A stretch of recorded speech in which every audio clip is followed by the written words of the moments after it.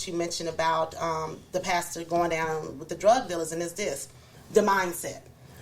That's the part that many of us have to shift in, is our mindset and our belief system. Sometimes we have to unbelieve some things that we were raised, because certain things that's inside of us are belief systems. Some is spirituality, culture, our environment that also influences who we have become. But we realize that sometimes it was just the best of what our parents can give us, right, the best of what our church can give us and our community and our pastor. But when you start surrounding yourself with other types of people and other things, and reading and understanding things for yourself, because God holds us accountable to what we understand in our interpretation of the word, from that moment things start shifting. And so there's certain things that you carry on and other things that you like, okay, you know what, let me debunk that, right, because that's not truth. And so determining what that truth looks like for you. Yeah, because a lot of people, I think, and I use this terminology a lot with all the social media and everything that's going, a lot of people don't want to have accountability and responsibility. Absolutely. And I think in order to change your life around, you have to start being accountable to yourself. You have to be responsible, accountability and responsible. I mean, it's easy to take something and make like it's somebody else's fault or somebody else's reason. Even like you hear a lot of people like the way the world treat me, like you hear people at times still blame stuff on slavery. Right. You ain't never been hit with a whip. You never picked cotton. You never been near cotton. The only thing you wear is a cotton shirt. That's right. So you can't sit back and keep blaming the world. That's it. That's the way I feel. You can't. Now, did that happen to some people? Yeah, it happened to some people. But for the most part, when it comes to the social media, everybody gets on there and everybody's doing great on social media. Everybody's living a certain lifestyle. Then you begin to beat up on yourself because you start asking yourself, what are you doing wrong? Absolutely. Well, be accountable to yourself. If that's what they want to do, let them do them. The Temptations had a song out, don't let the Joneses get you down. Yes. The Joneses got a new car today, is what you should say. Hooray for the Joneses. Right. Instead you worry and your whole life turned gray. You worried about the Joneses. I think that sends a lot of people into depression. I think it gives people a lot of anxiety and stuff like that. So, I just know that we have to get to a point that we have to find a way to control some of this social media. I'm not saying it's a bad thing. I'm not saying it's always a good thing, but we have to learn a way to control it to where it benefits our lives. How do you feel about that? Absolutely. So last month I actually was a keynote speaker for the Atlanta chapter of Black Nurses, and one of the things that I talked about, I used the acronym RESET, and that's being able to push the pause button on life and resetting your journey. And part of that was to unplug from social media, unplug from television. My mother and I, we laugh and joke because my granny will watch the news all day, but I don't watch the news. The only time I find out about a lot of things, of course we want to be abreast of what's going on, but I'm mindful of what I feed in my spirit, and I'm mindful of the things that are going on around me, because the reality is God is a big God. And there's a lot of great things happening that people don't really talk about. And so even with my daughters, we have a process, and it's actually part of my journal, where we wake up in the morning and we set our intentions for the day, and we have our scripture that we focus on for the day, and we have 3 things. Before we go to bed, we talk about 3 things that we're grateful for.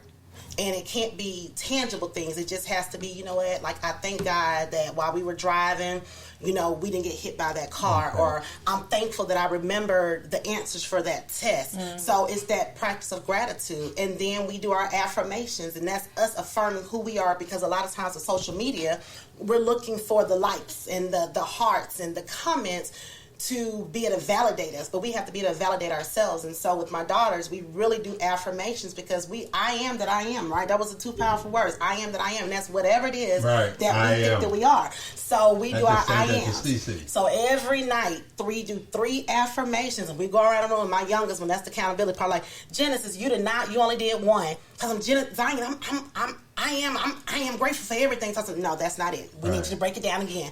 Okay. And so really doing our affirmations and getting into the I ams and reaffirming ourselves and realizing that we don't have to have society and the influence of influencers to tell us who we are. Right. We have to start speaking to ourselves and debunking those things in life. It's like kind of sometimes like when you talk about affirmations and being grateful and things of that nature, you know, like you have people that, you know, like we have spoke about the 5 love languages, and you know, people need affirmation and stuff, and yeah, I think it's a great thing to get from another human being, but I think it's also better if you can give it to yourself, because then you don't look for your, and I like to use the word joy. You don't look for your joy in another human being, because I know as long as I've been in the world, if you want to be let down, be with another human being. Yes. You know, and I look at, and I tell people the reason why I like using the word joy, because happy derives from happen, which you only happy of what's happening. Oh, that's good. You know, so I just say, like the words say, when you read the Bible, it says unspeakable joy. It don't say unspeakable happiness. It says unspeakable joy, because joy is everlasting. Yes. Happiness is only for the moment. Yes. You know, you go out and you go to a car dealership and buy a new car. Well, after the first 45 days, because they give you a 45-day grace period, and then that first payment comes, you don't get that car as great as it was. You're like, oh my gracious. Right. You know what I mean? So you was only happy at the moment, but then you didn't know all the other things that was coming along with it. You know? So I just think that we have to learn as people to find joy within ourselves. Absolutely. And I think that we have to find agape type love. And agape type love is unconditional. That's right. No matter what somebody do to you. I mean, my wife and I talk all the time, and I share things I like. You know, if it's not from your heart, don't do it. That's right. Because if it's from your heart and the person let you down, you still gonna have joy. You know, you still gonna process and move on through life. You know what I mean?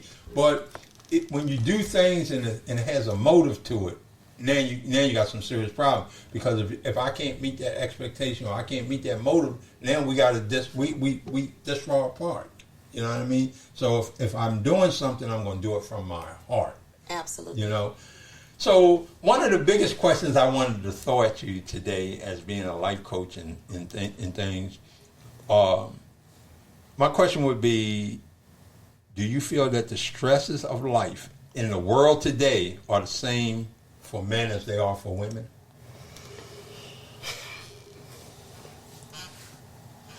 Honestly, I think, and I feel and I believe that as us as women, especially African American women, when we've been taught and raised to give to the world, to save the world, to pour into everybody because everybody's riding on us.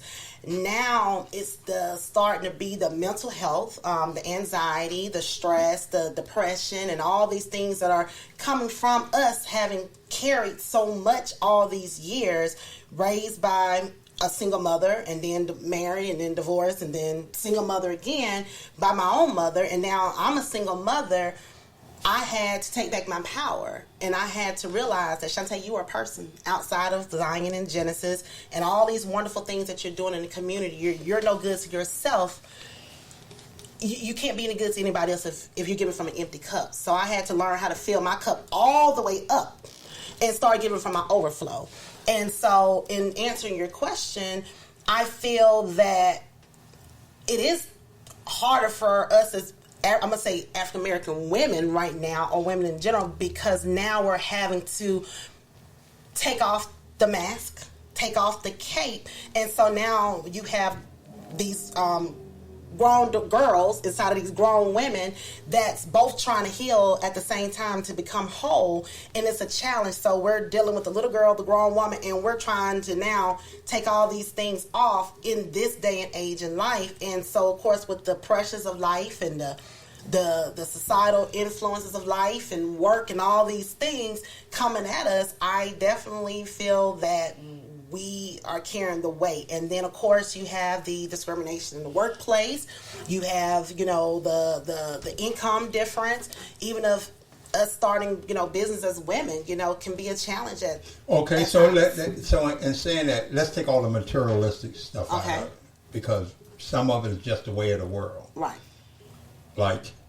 Because as you end up as a single parent or a single mother, you can be a little biased to the question. You know what I mean? Being that only you know your situation. But when you look at it like the stress is different. Okay, if we go from a biblical sense, I always say this. Yeah, God says to women to be submissive. Right. But it says submit to one another. That's right. I think that's where people miss it. It says submit to one another. But also people don't understand God always puts a greater commandment on man than he do woman. Right? Because his commandment started from Adam. Right. You know, so Adam, it's just like when God came, he didn't say, where's Eve? He said, where is Adam? Right. Where's Adam? Because Adam did not follow what he was supposed to be doing. You know, he broke. And you look at today's society, today's world. I think a lot of men don't step up to the bat to be with the but I also think a lot of women don't know how to be submissive. Because understanding that when you get in that predicament of being a single woman and raising children and stuff, and there's no man around, you have to be the leader. Right. Now you meet up with someone or get engaged to somebody or marrying somebody or you're in a relationship with somebody. Now you at an appointment where I got to submit to a degree. And it's hard to do that. It's because you kind of protect yourself. Because you look back on the situation that you were in. Mm-hmm. A lot of people say, no, I'm not. Yeah, some of that stuff that we experience in life stay with us because that's why you're a life coach and that's why you say, hey, I meet you at where you at now. What you going through right now? Right. You know what? We can dig into other stuff a little later, but what you going through right now? And a lot of this mental health and stress is due to trauma we experienced as young. That's right. You know, when you go to and hear some of these counselors speaking stuff, the first thing they want to do, they want to know about your family. It's almost like the doctor. Yes. Tell me your family history. Right. You know what I mean? Because once I know your family history, I'm now starting to get a sense of who you are and where you are. Right. Because especially in our community, the black community, a lot of us, you know, like me coming up as a young boy, you go out there and playing in the streets and scrape half your skin off. They tell you get up and don't cry. That's right. What the heck? Right. Man, half of my leg is missing, you know? So when you look at it from that perspective, as a man, I can say some things, and it might sound a little biased towards men, but I think where the world has to go is we have to make it and understand, stop depicting us against each other. Right. Because it's just like we have a conversation. You go to a hair salon, they steady in there bashing men. You come to the barbershop, they steady in there bashing women because they got us going against one another. Right. Instead of going and becoming one. Because especially if you're married, you say become bone of bone, flesh of flesh, and become one. Absolutely. So we should all work together. I agree, and I'm gonna say this: even if I take the situational space out, I love being married. I'm believing God for him to come back. You know, a day, a new man. But the reality of it is this: even in my marriage, I enjoy being a wife. I am the run the bath water, cook the dinner, make certain the house is clean, make certain the kids is clean, make certain everything is the fresh tea. I'm brewing every day. I'm that woman. The reality of it is that, and as I say, I still think it's still on the woman because you have a lot of men that have been raised by mother and father or just a woman that they've not stepped up to lead. And because they don't know how to be men. That's what I'm saying. So it's not that we don't want to submit. What are we submitting to outside of the position? But you have to be able to lead. But then that goes back to you could be with a woman that has a son. And you're like, no matter how much you dislike me, hate me, or what, let me help raise my son. That's right. But you have women, I can raise him. And then you have like people get on there, you see these athletes, something, yeah, it wasn't for my mom. But that's all you had. So who else you going to say it wasn't for? Right. That's all you had was your mom. But it's like I heard this thing one time before. It was a mother, a daughter, and a son. So the mother said, I don't need a man. The daughter said, I don't want a man. The son said, I don't want to be a man. Because, look, it's women. You know, it's just like I explain to people sometimes. You look at it like, say if you had a brother, and your brother got a son, okay? He wanted to go out. He say, hey, you know, can you watch my son tonight? And you, okay. Now, guess what? Now, he takes that son and brings it to your house. There's 3 women there, right? Your daughters might want to have one of their little girlfriends. So now you add 2 more girls to the. Since there's no man around. Right. There's no man around, so he'll never know, or he can't figure out how to be a man because there's always femininity around That's him, right. right? That's right. So when you get into this life coaching, and we talk about submission, how do you look at it from that perspective? That you got this young person, this because these young people going through something right now, and they're trying to find their way and find themselves. How do you life coach them through the situation? To be honest with you, this is where it says it takes a village, right? So although my ex-husband and I are no longer together, we do great co-parents because I can teach my daughters how to be young ladies and be women, but it still takes his part in their lives to show them the expectations of how man should treat them. There you go. And teach them. And so this is also where, of course, their dad lives on a different side of town than we do now. So we have an Uncle Godfrey next door, and we have an uncle, a son, and we have other men that's in my daughter's life that are trustworthy. Right. That can pour into them and teach them. And so for that young man that's being raised by that single mother, and I tell women all the time, sometimes I'll get a text message like, Happy Father's Day. I'm not a father. Well, yeah, and we had that discussion. You had these women, like Father's Day is getting ready to come. I guarantee it'll be 100 women on Facebook talking about Happy Father. You're not a father. Right. You're the mother. That's right. And take the credit for being a mother. That's right. And take the credit for being a wonderful mother. That's right. But you know what? It's just like, I just read this story. a couple of weeks ago where this guy was talking about how his mother, from a young child, kept him away from his father. He this and this and that and other. And I guess he was like about 23, 24, and he finally went out himself and seeked out his father.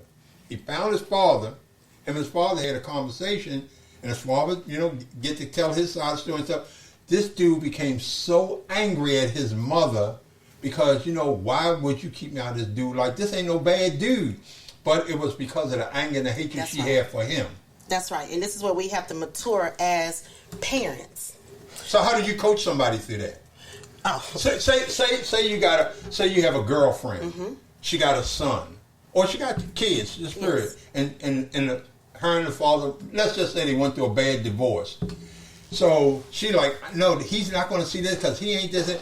And all those things that you're saying he's not is from your perspective. That's those right. kids haven't gotten the opportunity to have their judgment called on their dad. So how do you coach a girlfriend into, hey, let that man see his kids? How do you, being a life coach, how do you coach somebody into that?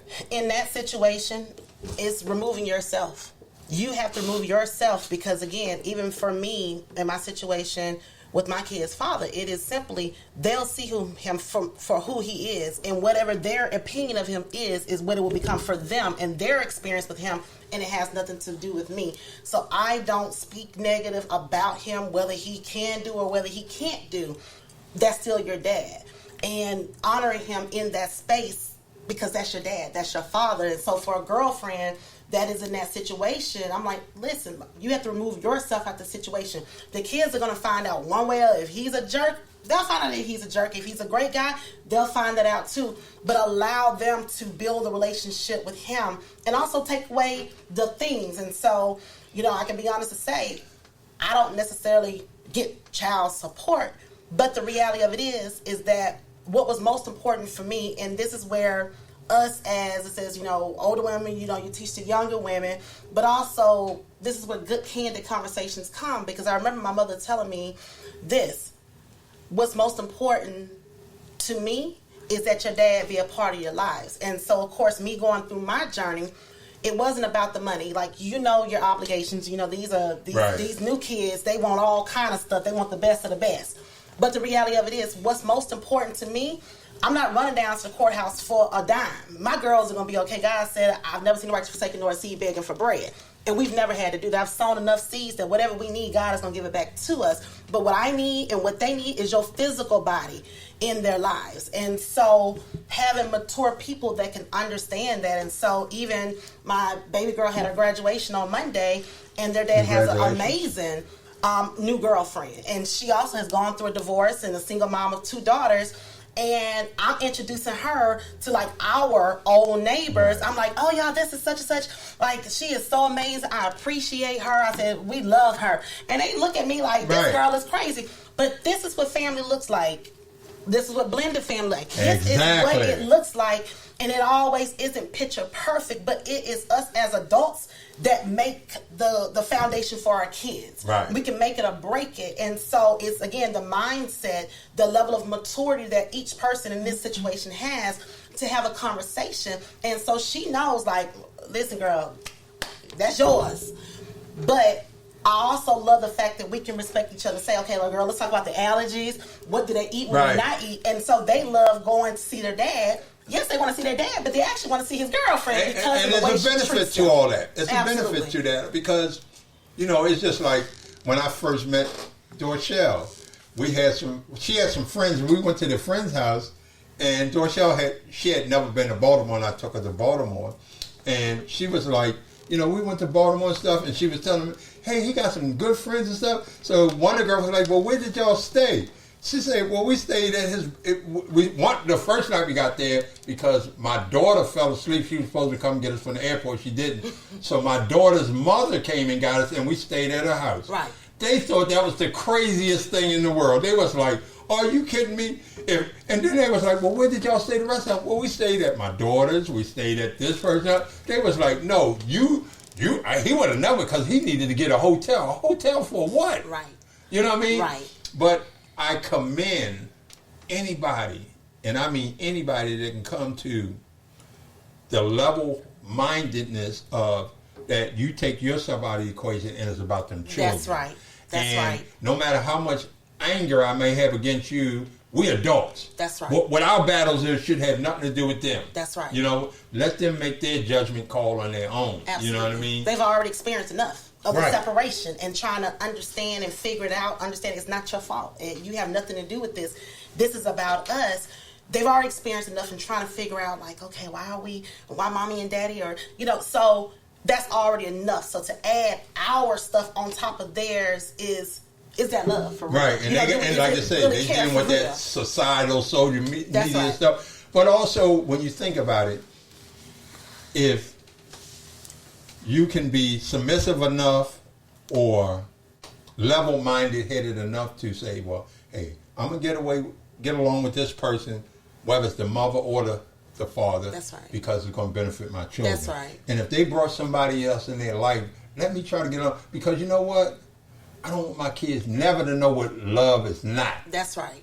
I don't want them to know what hatred, because if I stay mad with you, you stay with me, they're gonna see hatred more than they see love. Absolutely. Right? Absolutely. And then got to go out and deal with their junk in the street. Now they hate the world. That's right. And then guess what?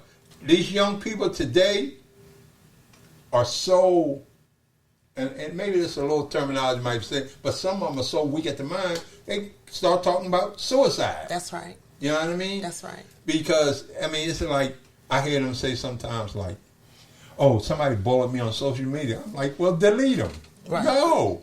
Delete them. You don't have that problem, you delete them. But that's not the way they do things. Right. Well, I think part of it is, and I was having a conversation with somebody the other day, the pandemic only added to the anti-socialization of our kids. Like, you go outside and you can't come back in. You drink out the water hose, and my girl's like, Mommy, you drink out the water? It's like, girl, listen, that was the best water ever. But we grew up a certain way, and we grew up with family and neighborhoods, and playing together and having conversation. I can pick up my daughters and their friends, and they're all on their phones right next to each other, and they were like, look up and like, girl, did you see that? And they're on social media liking and watching TikToks, and I'm like, put your phones down. I want y'all to talk. And so, even honestly with my 16-year-old, she's having a challenge with being able to meet people. And now, of course, she's in the space of wanting to, date boys and talk to boys. And she's like, well, Mommy, what do I say? I don't even know how to make friends. And it's like, what? Exactly. You know how to make friends? And so now, forming connect groups and, putting on it like, okay, any other parents have kids this age, how about we just ironically all meet up at the same place and maybe our kids can start talking. We didn't have to do that back in the day. It's just like we was explaining to our daughter, and she's 26 years old. Last Sunday, we was explaining to her how rotary phone worked. Right. We was like, y'all got all this stuff where if you hit the wrong number, you hit the X button, back out, and put the right number. Right. I said, with us, we call the rotary phone. If the number was 321 and you messed up halfway through the one, you had to start all over. Right. I said, even if you got all 6 of the numbers, that's right, and that last number was an 8, you messed up and dialed and you had to start. That's right. She said, really, how did y'all do that? Right. I said, and then I said, you might call somebody and you hear, I said, the line is busy. Right. Well, how did y'all communicate? I said, you kept calling until the phone rang. That's right. But they it's like instant gratification. Right. Yeah. And they can't even relate. No, they can't. And sometimes, even to being a life coach and having so many people, different people to deal with and have different obstacles, right? That do it ever come up where, okay, this situation worked out for this person, maybe I give them the same advice because maybe they're going through the same trauma. Do that situation ever arise? Honestly, I have coaching clients that are all dealing with similar things, but I've also learned that people learn different and deal with situations in different ways. So I still can't do what I'm doing with this one, with that one. So honestly, although like at this point, because of the pull of the purpose within me, I'm now working on building cohorts to be able to do group coaching to where I'm working on similar things, but still offering an individual session in between those group things, but where they can also lean on each other. But it's like you don't want to know that you're alone and you want to know that somebody else is going through something. But it's also like I still got my own things going on. And so trying to not have to say the same thing 10 times with the same people, well, different people, but also still keeping it to where it's personal, where we can still schedule a session outside of this to deal with those specific things because people learn different.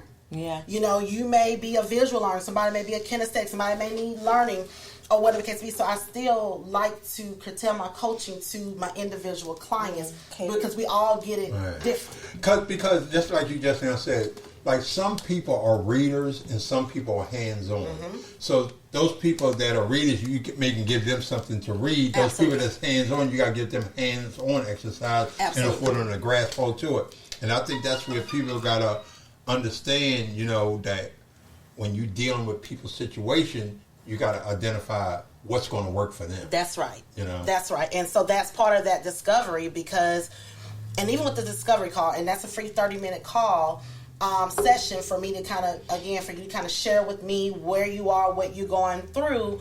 And then even with those, whether they decide to sign up for services or not, I still give them assignments. I still give them resources and tools because it's not about just the dollar for me. It's not even about the dollar for me. It's about the change that's going to happen when you start doing the work. And that's sometimes the challenge. People say, okay, I'm ready. I want it. Like I have friends that know what I'm doing and they're coming like, girl, I'm a sign up for coaching. I'm coming. No, you want advice. Exactly. You're not ready for coaching yet. Right. You're not my people and I'm not yours. Coaching costs you X amount of dollars a session. Advice costs you a lot of money. Well, this is one good question. We talked about in one of our podcasts about being certified.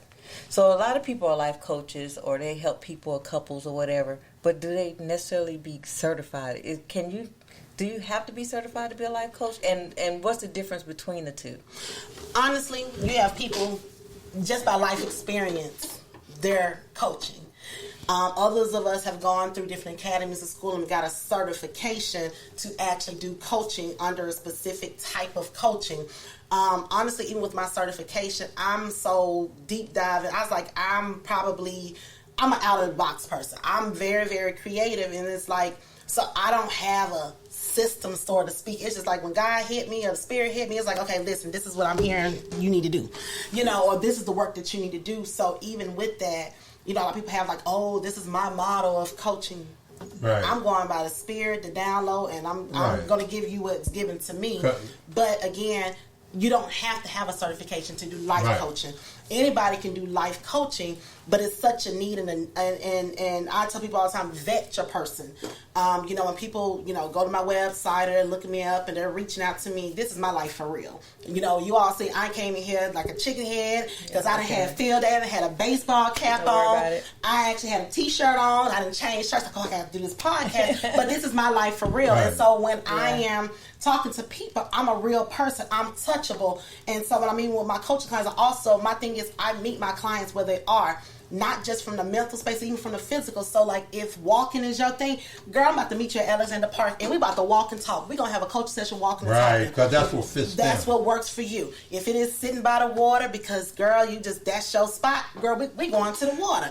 Whatever it is, I'm going to meet you where you are to help you to elevate and bring you to where you need to be. And sometimes it's just getting into that zen. It's just like you just mentioned.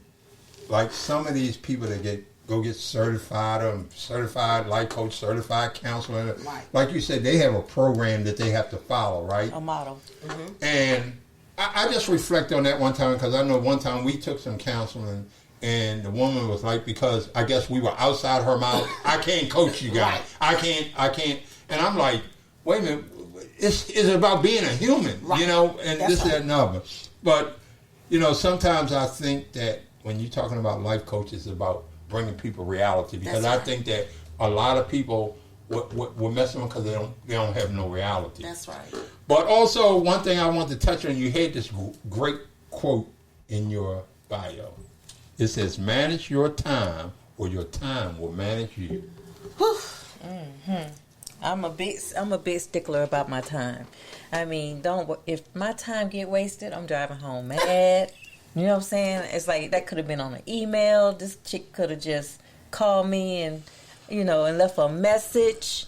But if you mess up my time, I may not talk to you for a long time. For real. But I thought that was a great saying. That's a very good saying. Manage your time, or your time will manage you. Because we had the last podcast. One of our podcasts was, what's more important to you, your time or money? Or your money? You can't get anything. You cannot get time back. Money, I've been You busted, broke, came back up, broke again. Like, I've gone through all that. But time is steady ticking. Moments are steady fading away. And so that is what I value the most.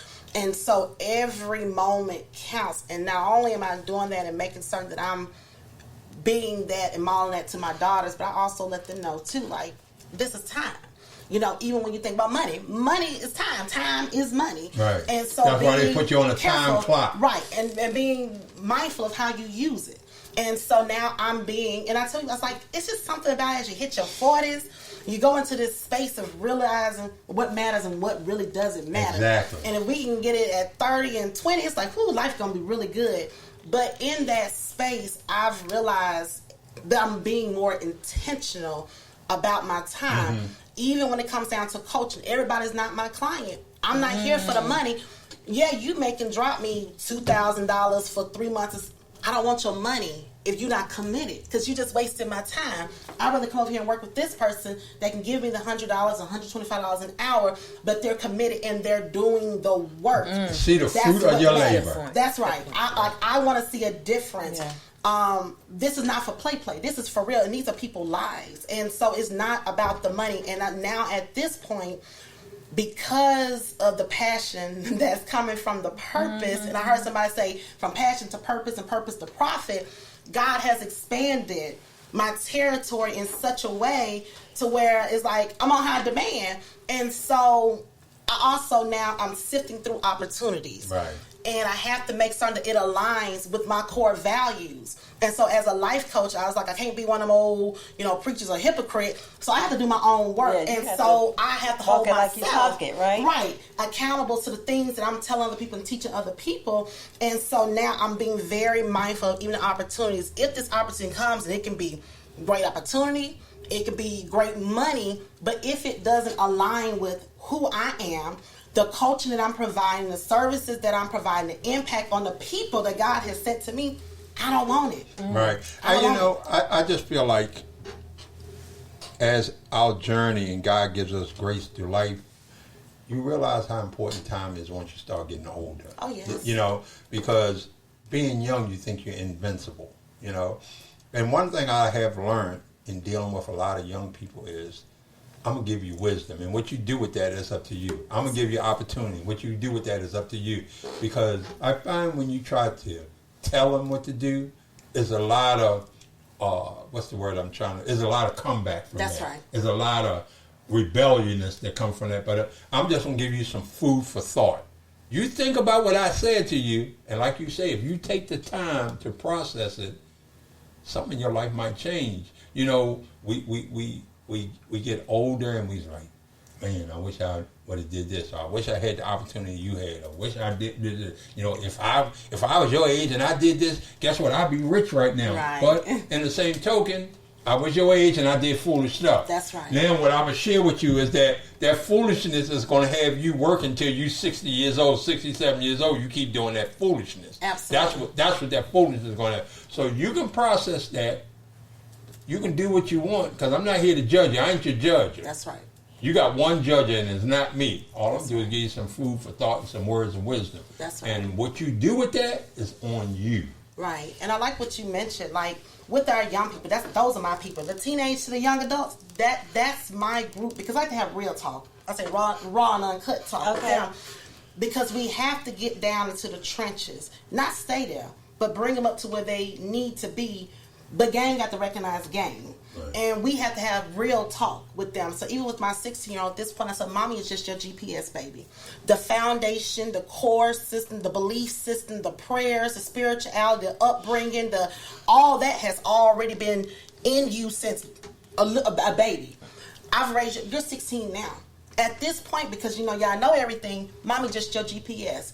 I'm telling you to go right. You're going to keep straight ahead. That's fine. But when you get there and you realize there's a dead end, you're like, Mommy, and now I'm going to tell you, now back up and turn to the right. Right. I'm just your GPS, because what I also have to realize as a mother of two, I got to have enough energy now for this 10-year-old that's almost 40 in her mind, in her mouth, you know, and so I have to have enough parents and enough left in me to give into her. But what's most important is I have to have enough for me. Exactly. Because my girls are going to get older.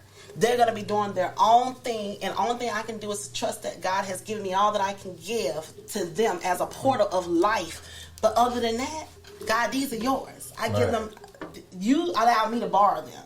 You trusted me to raise them with all that I can give them and what you've given me in terms of wisdom, and people around me to give me guidance.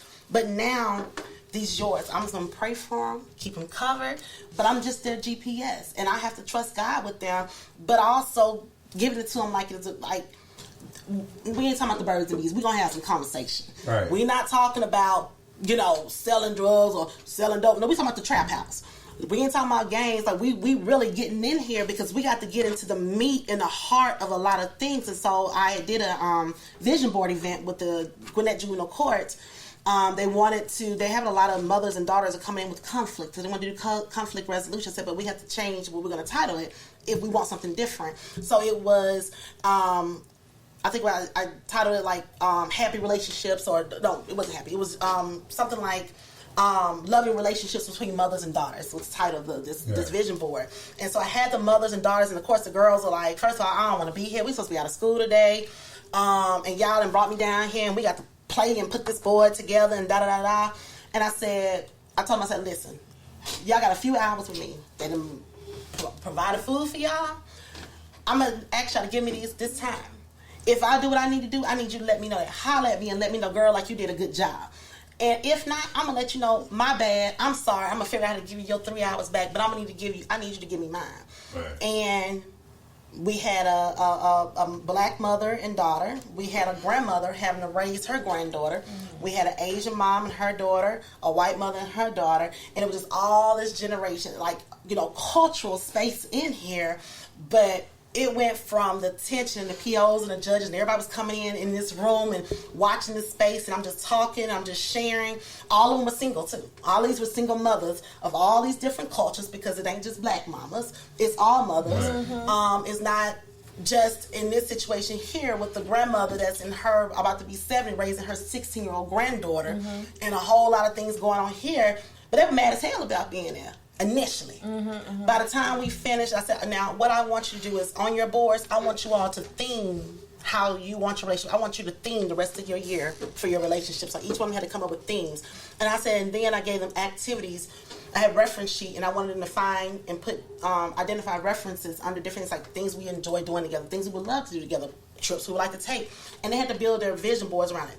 That room went from the tension to the moms and the grandmother, everybody laughing and talking, and they clipping out pictures. One got so creative with her art. She drew like this amazing, beautiful art. Her mom sitting there smiling, and everybody's talking, and the judge and POs are like, you transform this room in 3 hours. Yeah, exactly. And so then it was like, by the time we finished, everybody was crying. We all sitting there like, listen, do not let me get the snotty nose. Like, we are not about to do this today. But the love and the joy and the happiness that came out of that room and the impact in that 3 hours, by the time I finished, the course came back, like, okay, so listen, what else can you do? What can you do with fathers and sons? And we would like for you now to do a contract with the juvenile court because of the impact. So that's what I'm saying. Like, when you're operating in your purpose, and you're doing what it is God has destined for you to do, you don't have to look for opportunities. Opportunities don't come and find you. And we just got to learn.